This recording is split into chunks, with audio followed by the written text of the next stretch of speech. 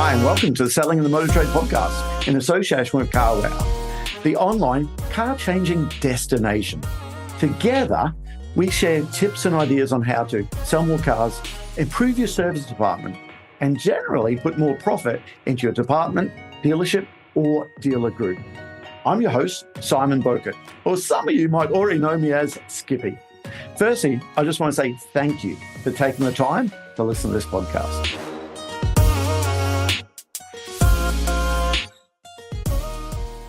Hi, welcome back to another episode of Selling in Motor Trade. Did I get some heat after last time saying appraisal apps are killing your sale? So I thought I may as well. I got so much abuse last time. Hey, let's try again and pick another sector to abuse. Listen, I think these were your email response platforms. Okay, and there's lots out there. I'm not going to name any of them this time because I got into trouble for naming a specific one last time. Okay, but you know the ones where an inquiry comes through and it makes it quick and easy for your salespeople to respond to it. And they have all these standard templates there. I'm going to start with, I love those. I love them, but kind of hate them. I love them because it makes it so quick and easy for you to get hold of the customer. Okay, or get back to the customer. We know time is really important, but honestly, I think there's so many apps out there, okay, that make it quick and easy, and there's some real clever technology of the call drips of the world, and sorry, I'm named one there, okay, rapid response, but I've got to say, so many times a customer sends you a digital inquiry, an email inquiry, they're not just sending it to you. They're sending it to, on average, 6 different places. And actually, if 6 different emails come back with pretty much the same response, what's the customer think? Well, that makes no sense. I don't like the idea of that because everyone's saying exactly the same thing. It just smells like cut and paste. Okay. And also, I read one of the standardized responses there.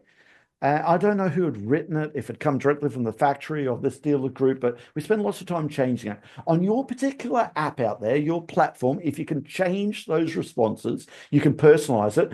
Please do, please do. Don't just use cut and paste. Don't send the same response to everyone. And by the way, on our Customers First Contact training course, they're still used lots and lots and lots. In fact, there's ones, I won't tell you the name of the company. I'm sure I'll get some abuse on this one, okay? But the is an excellent choice, and I'm happy to tell you about it. So many times salespeople don't fill out or it hasn't dragged through what the actual car is, okay? And it's the same response all the time that customers aren't stupid there. So I love them, but they need to be personalized. Personalized. And with the world of AI at the moment, where chat is going nowadays, there's so much you can do. So actually, if you're a dealership that hasn't got one of those apps and you're still getting salespeople to write out the response each time, you might be nervous about what your salesperson's grammar, the spelling is like. We know we need to get to the customer as quick as we can. And that's why we use those apps. And to be fair, we use those platforms so we can tick the box, stop the clock running. So we can say to our manufacturer, we've got to the customer within 1 hour. We've ticked the box. And by the way, 1 hour is nowhere near good enough now. 15 minutes is where you need to be. 15 minutes, because think that through. We have busy lives. People send you a digital inquiry in a morning break, a lunch break, or maybe in the afternoon. If you don't get them within that window that they had some time to do something, it's often 24 hours before you can get back to them. Now, of course, I live in the real world, okay? So many of these digital inquiries come through at nighttime when people are at home. So I actually just get through to them first thing in the morning, okay? Speed is very, very important there. So that's why we do use those. So I kind of love them and I kind of hate them, okay? But if you haven't got one of those, okay, feel free to go and search them out there. There's lots of them out there. They're improving all the time. Lots of them say they're using AI as well. Sales managers, dealer principals. Today, I want to talk to you about our master class. We've been running symcotraining since 2000, and we've trained thousands. But today, I want to talk to you about your experienced salespeople. How much better can they be? Are they the guys that get that constant coaching and development that the new people do? For the masterclass, we talk about taking things to the next level. It's not the basic steps of a sales process, okay? We're going to talk lots about the psychology as to why people buy. We're going to talk lots about the attitude, how to get people out of the Sadams, if you've been on one of our courses before, back into the Midas touch. We're going to talk about how each salesperson can have their own business plan because they're actually running their own business within a business. So listen, talk to us about the masterclass and let's see how we can take your salespeople to the next level. But actually, how good is chat nowadays? Chat since what, 3 years is it? And the growth of this is exponential, okay? And there's something that if you are a chat user, you might know this already. So I might be patronizing it, but ChatGPT, okay? I want you to use this on chat 4.5. You'll need to set up a login for yourself because remember, chat will learn what you do. And the other thing you got to do with chat is you got to tell it what good looks like. If you get a digital inquiry from the customer and just put it into ChatGPT and say, respond to this, it'll just make stuff up. Chat just makes shit up if it doesn't know something, okay? And it'll go out to the internet and it'll find lots of different responses, lots of different ideas of some bloody sitcom or some movie on how to deal with it. The one that comes up all the time is the price on the car. What we'd say is if a customer says, can you give me an idea what my car's worth, okay? On a digital response, we might say something along the lines of, hey, listen, the trouble with any price of the car without seeing it, it's going to be a guess. And you know what? I'm going to end up guessing too high or I'm going to guess too low. If I guess too high, you're going to be unhappy with me. I can't give you that figure when we see the car. If we guess too low, you know what? We're never going to see each other. If there's a rough idea you want, there's plenty of websites out there like We Buy a Car. We're normally a touch higher than them because they always knock the price down when you go to the drop-in center. Hey, if you want a more accurate figure, would you give me a call by walking around your car? That way I'll be able to get a more detailed description to get the very best price for you. And when's a good time to arrange a telephone appointment so make sure my salesman is available to get the best price? Now, that wording's too long. We will take it there, ask ChatGPT to cut it down, make it right for that salesperson. And that's how we'll go from a digital response to a phone call where we start building rapport with the customer, okay? But here's the thing.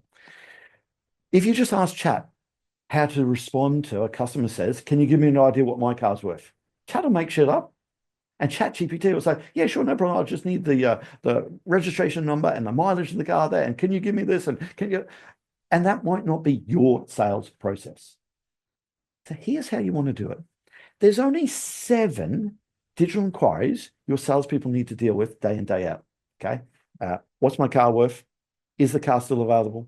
What's your best price you can do? What finance offers? It's the same things again and again that you actually get from the customers.